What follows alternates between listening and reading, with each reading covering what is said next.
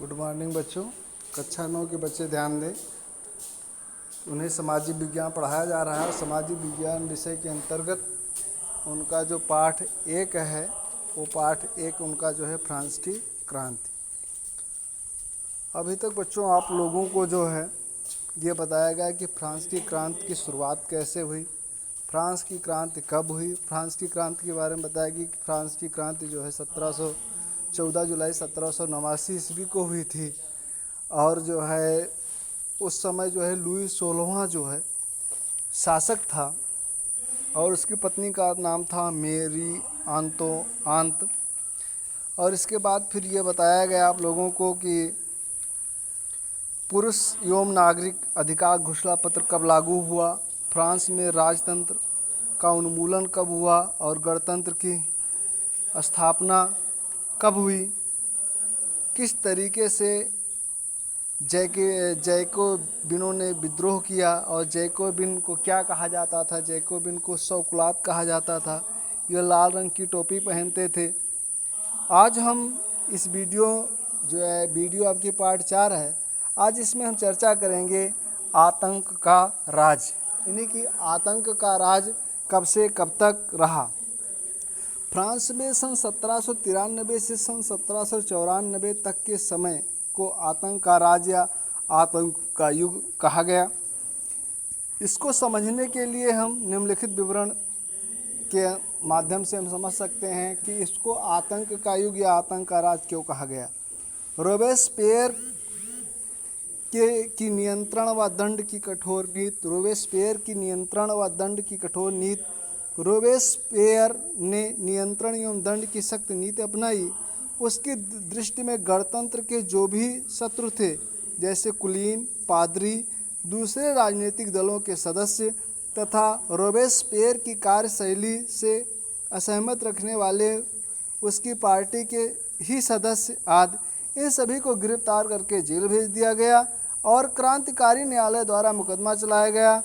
न्यायालय में दोषी पाए जाने पर गिलोटीन मशीन द्वारा उनका सिर धड़ से अलग कर दिया गया। बच्चों देखिए, गिलोटीन ऐसी मशीन थी जो एक ही झटके में सिर को जो है धड़ से अलग कर देती थी। रोबेस्पियर सरकार के कानून और उसका अंत। रोबेस्पियर की सरकार ने कानून बनाकर मजदूरी और कीमतों की अधिकतम सीमा तय कर दी। पाव रोटी तथा मांस की रशनिंग कर दी। किसानों को अपना अनाज शहरों में ले जाकर सरकार द्वारा नियत मूल्य पर बेचने के लिए बाध्य किया गया। तुलनात्मक रूप से महंगे सफ़ेद आटे के प्रयोग पर प्रतिबंध लगा दिया गया। सभी नागरिकों को साबुत गेहूं से बनी बराबरी का प्रतीक समझी जाने वाली समता रोटी, यानी कि नागरिकों को जो है समता रोटी जो है, यानी कि समान रोटी जो है अब प्राप्त होने लगी। इसके बाद फिर रोबेस्पियर ने अपनी नीतियों को बड़ी कठोरता से लागू किया। रोबेस्पियर ने जो भी नीतियां बनाई उन नीतियों को इतना कठोरता से लागू किया कि सब उसकी नीतियों को मानने के लिए बाध्य हो गए।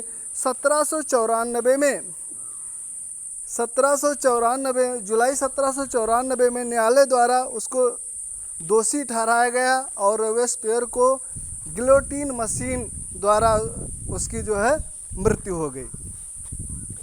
इसके बाद फिर हम देखते हैं कि स्वतंत्रता लिबर्टी क्या है। दो परस्पर विरोधी विचार हैं। क्रांतिकारी पत्रकारों में कैमल डेस्मिल ने सन 1793 में लिखा कि कुछ ही दिनों के बाद आतंक के राज के दौरान उसे फांसी दे दी गई। कुछ लोगों को मानना है कि स्वतंत्रता जो है एक शिशु के समान है, जिसे परिपक्व होने तक अनुशासन की अवस्था से गुजरना आवश्यक है।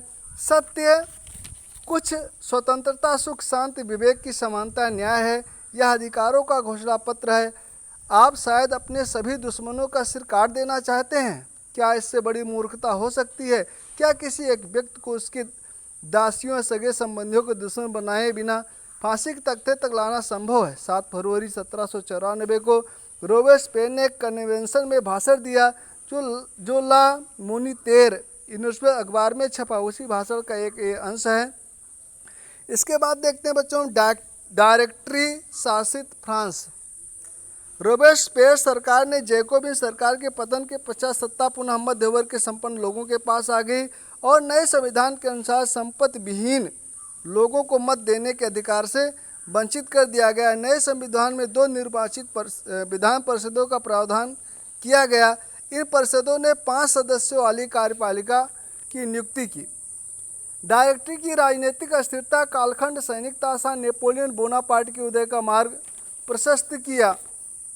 तत्कालीन फ्रांस में सरकार के स्वरूप में उपयुक्त सभी परिवर्तनों के दौरान स्वतंत्रता, समानता, बंधुत्व प्रेरक आदर्श बने रहे और कालांतर में इन प्रेरक तत्वों ने न केवल फ्रांस अपितु संपूर्ण यूरोप के राजनीतिक आंदोलनों को भी प्रेरित करने का कार्य किया।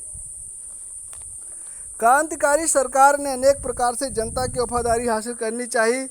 उसमें से एक प्रकार के उत्सवों का आयोजन था एवं गौरवमय इतिहास की आभा को संप्रेषित करने के लिए प्राचीन यूनान, रोम की सभ्यताओं, प्रतीकों का इस्तेमाल किया गया। क्या महिलाओं के लिए भी क्रांति हुई?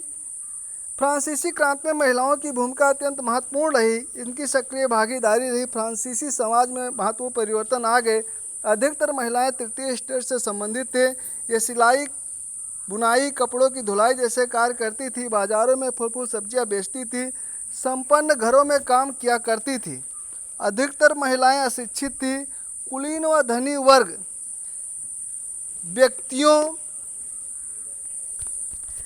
व्यक्तियों की बेटियां ही कॉन्वेंट में पढ़ाई कर सकती थी। महिलाएं जो मजदूरी करती थी उनको जो है अपेक्षाकृत जो है कम वेतन मिलता था। सन 1791 में संविधान ने फ्रांसीसी महिलाओं को निराश्रित किया, जिसका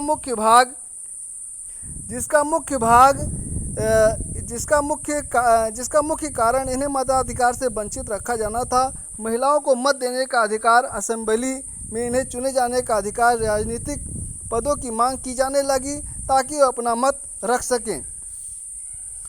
क्रांतिकारी सरकार द्वारा महिलाओं की दशा में सुधार हेतु कानून बनाए गए। प्रारंभिक वर्षों में क्रांतिकारी सरकार ने महिलाओं के जीवन में सुधार लाने के लिए कानून लागू किए, जिससे इन्हें सरकारी स्कूलों में शिक्षा प्राप्त करने का अधिकार प्राप्त हो गया, जो अनिवार्य रूप से शिक्षा के रूप में था। महिलाएं अपनी इच्छा के अनुसार विवाह कर सकती थी। इसके द्वारा पिता द्वारा ने विवाह के लिए बाध्य नहीं किया जा सकता था।